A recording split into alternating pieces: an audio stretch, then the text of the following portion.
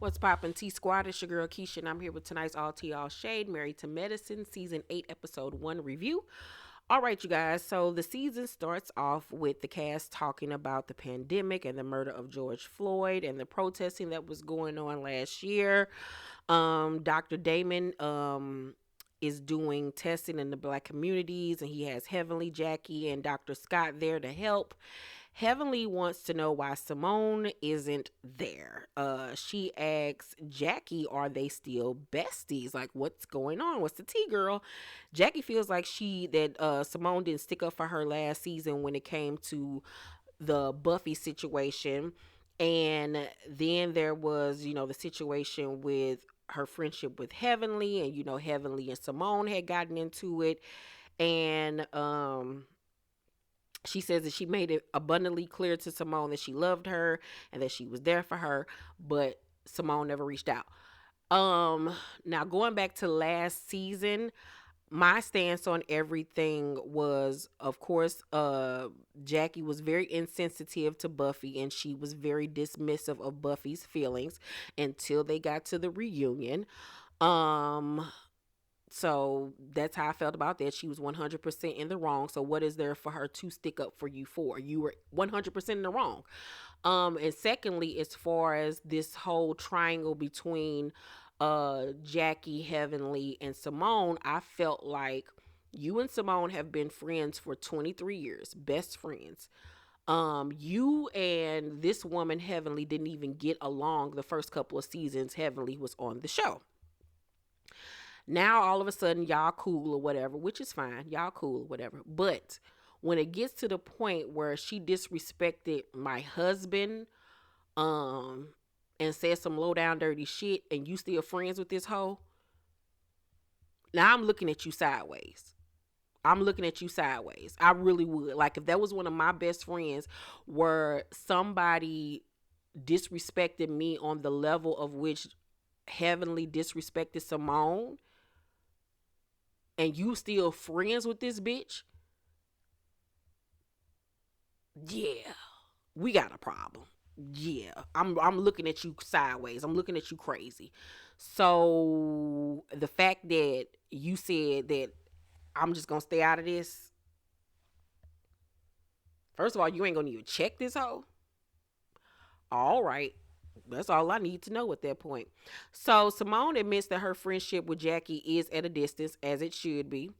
We see her go home, and her youngest son has had a major growth spurt. Like, it just seemed like he went from being this little scrawny little boy to this little young man now, and he has honestly grew into his face, because that was a funny looking little boy, but he is actually cute now. Like, he got a little swag about him, got him some little muscles there, a little bit of muscle, not a lot of muscle, but a little bit of muscle, but it looked nice on him. Like, he actually is cute now. And he's about to go away to school. We remember when he was a little boy, you know what I'm saying? Like, that was amazing. So they talk about how he's about to go away to school, but the school that he's going to is in a racist area. So they talk about, like, what is he going to do if he's ever met with racism and stuff like that.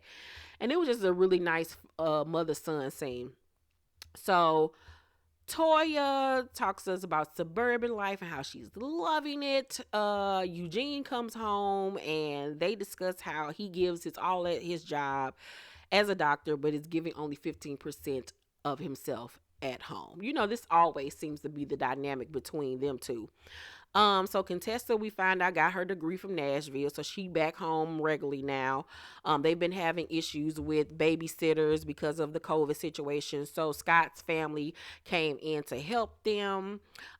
Jackie's renovations are done, but they still need to decorate. She tells Big Country, her husband, that Heavenly is having a birthday party for Damon. Y'all know we love some Damon. I can't wait to do my Damon voice. And the other ladies are gonna be there, and it'll be the first time she comes face to face with Simone outside of, like, just seeing her from across the way and saying, "Hey, girl," and that just being about that. So Big Country was like, one of y'all needs to take the initiative. Jackie was like, I don't think it should be me this time. This is where friendships die most times, when it comes to pride. When it comes to pride and ego, because people be feel like, well, I tried once or I tried twice and fuck her. She don't want to answer. Fuck her. I ain't gonna kiss her ass and vice versa. And this is how most friendships end up dying because people don't want to seem like they kissing somebody ass or they doing too much or whatever the case may be.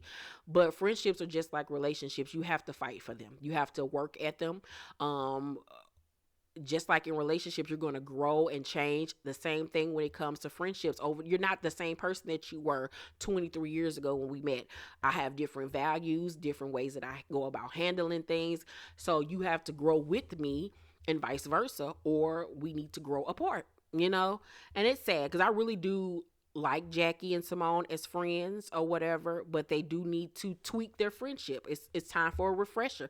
They have to go into things differently, but they also both have to be willing to admit where they both were wrong. So it's the day of Damon's party. Simone, Toya, and the new cast member Anila, something like that, ride together with their husbands. Now, the fucked up part about this is that Mariah isn't coming back. Mariah is suing the production. I don't know if she's suing Bravo as well, but I know she's suing the production team because she's the one that created Married to Medicine. She was one of the producers on the show, but they basically didn't allow her to have any say so of with anything. And then they gave her limited time on screen. They just was really trying to shut her out. And one of her complaints was that the production never wanted to show her husband's um religion and his his family origins, his he's Indian, like, so there's a Hindu culture or whatever. They never really want to show those things on the show. So what production does, to be spiteful, is go and hire a woman of the same ethnicity. Like, y'all gotta be fucking kidding me. Like, that had to be a smack in the face to Mariah, that, oh, we're going to show you we don't have a problem with showing your husband's culture and his family. We're going to hire a whole Indian family. Girl, you better sue them for everything they got. Mariah, I hope she win in court. So Simone in her confessional was like, after New York, I made the decision not to be angry with Heavenly. I'm like, you can tell all in Simone's face that she still feels some way. She's just talking out her ass at this point, trying to make it seem like she good. I'm not bothered, but you're so bothered. Just admit it. So Toya was like, we about to go from 5-star to 3-star. Talking about Heavenly House. I was cracking up.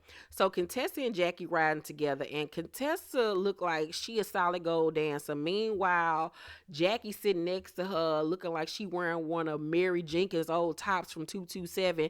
They both looked a mess. Toya asked Simone how she feels about seeing Jackie, and Simone was like, I wasn't angry about, what she did. I was just hurt and disappointed. Girl, you're all of the above. Like, stop it. So Simone in her confession was like, Jackie was the middleman with all of my problems with Heavenly. Last year, she decided to stay out of it.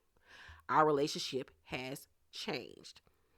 Yeah, it's just so fucked up and sad. But I'm with Simone on this one. So Toya in her confession was like, Simone talks a good game, but she's in pain. They need to fix it. And I agree. They honestly do. So Heavenly got on this 2-piece outfit, baby, but she was too, and she's lost a lot of weight. Her body looks great. But I guess she was so self-conscious about showing her stomach that she had on like some type of pantyhose thing underneath so her stomach wouldn't show. I'm like, girl, why worried if you gonna have to put on a goddamn pantyhose that ain't even the color of your skin? Like, make it make sense, Heavenly.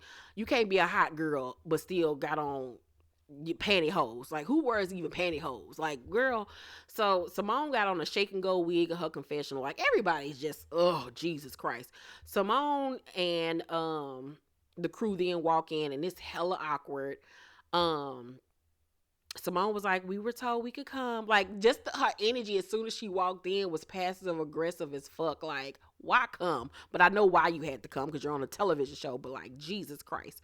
So she and Jackie don't speak at first, and Jackie gets up, was like, I'm gonna hug your neck. And she was like, aren't we supposed to be doing social distancing? I'm like, girl, stop being ugly. Like she's trying, but it's so awkward between them right now. And I hate to see it that way between them. So Toy introduces Anila to everybody. Simone gives Damon a card for his birthday and he reads it out loud. And he was like, "Happy 50th. See how it feels to be 50? Because you sure don't look it. That's a blessing."